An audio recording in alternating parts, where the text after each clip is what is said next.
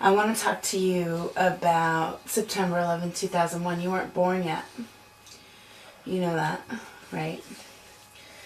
But do you know what happened on September 11th, 2001? What happened? Some people gathered up and decided to make 4 planes crash. And this year they're going to make another memorial to remember all the people that died. Right. It was 10 years ago today. Do you know where the planes crashed? I forget. At night on September 11th, every year lights flash where the planes crash, where the tallest buildings used to stand. In New York. Yeah, that's right. They do that every year. But this year, on the 10th anniversary, they're having a memorial. They're opening the memorial that they've been working on building for the last 10 years for all the people. So 2 of the planes crashed in New York. They crashed into 2 of the tallest buildings. And then the other 2 crashed in a town in Pennsylvania. One of them crashed in Pennsylvania. That was because the people on that plane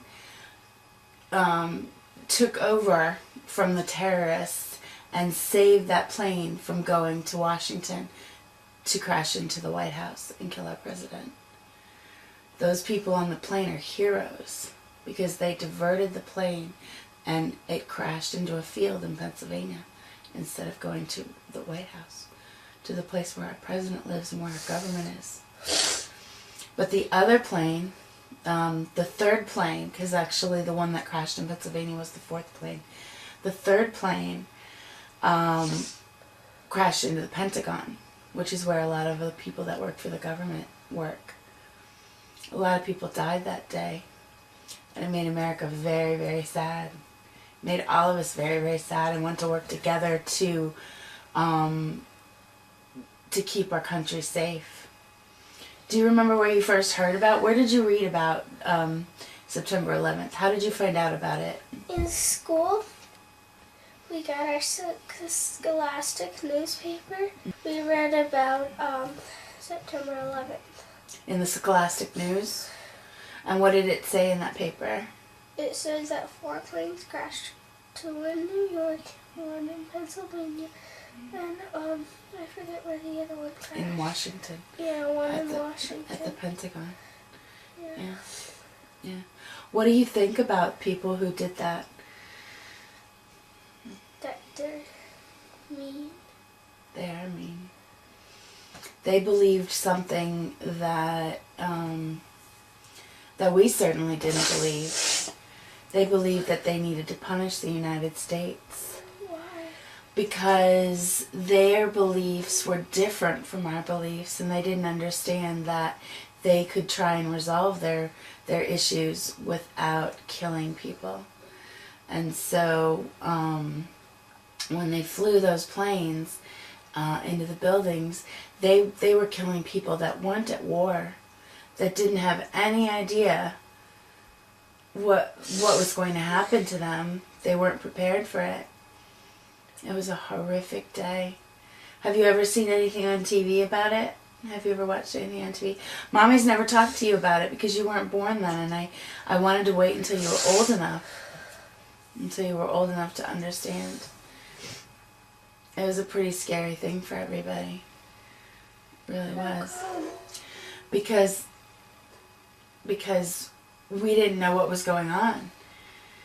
When the first plane crashed, we thought it was just maybe an accident. They accidentally got off course, and the plane did, and it accidentally went into the World Trade Center.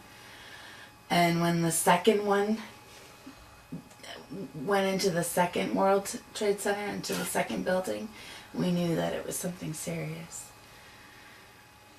And so everybody in America started working together to save the people who survived in New York and in Washington. Nobody survived in Pennsylvania. They all died. It was a very sad day for all of America. But then we worked for the next 10 years, and we continue to work to make our country safe for everybody, to make our country fair for everybody. Yeah, and it said that airports and planes are more safer in Scholastic. They are more safe. But they are nowadays. You know, like when you go to the airport now and you have to take your shoes off, and it's kind of a pain in the butt.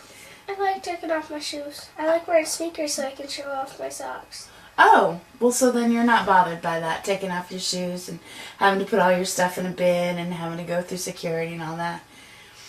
A lot of people, sometimes that's annoying for a lot of people, but we do that so that we can continue being safe, so that people like the people who got onto those planes don't get on any more planes and do any more damage to our country. Do you love this country? Do you love where you live? Yeah. You've never known a world that wasn't touched by terror, but you've also never experienced what we experienced on 9/11. And we're going to work. I think Americans everywhere are going to work to keep our country and our world safe for you and for everybody who comes after you. I just wanted to talk to you today about that because I know I had never talked to you about it. Today's a very special day because it was the 10th anniversary today. And so when we had the moment of silence at breakfast, and we had the moment of silence in the car, that was when the 2 planes crashed into the World Trade Centers in New York. And we did that to remember the people who died for our country. Even though they weren't soldiers fighting in the war, they still died for our country and died to protect our freedoms so that we get to do the fun things and the good things that we get to do every day. So, that's about it. I just wanted you to know. So today we're going to, all day today, and every day, I want you to remember that there are people fighting for our freedom and fighting so that we can stay safe where we live. And you want to remember to thank them and to honor them by always being good and doing the right thing. Sound good? I love you. I want to say something on camera, but no, it doesn't go with this video. What is it? It's the bread and meat thing. Tell me about that. Remember when we were driving by Walgreens and paint was less expensive than bread? Oh, tell me about that. You can say it out loud.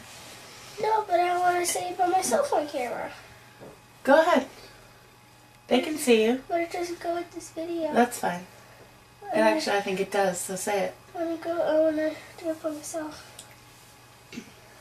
Okay, so Maggie has something to say about bread and paint. One time, I was driving past Walgreens on the way home, and paint was less expensive than bread. So I think that bread should be less expensive than paint because we need bread more than we need paint because we need food to stay alive.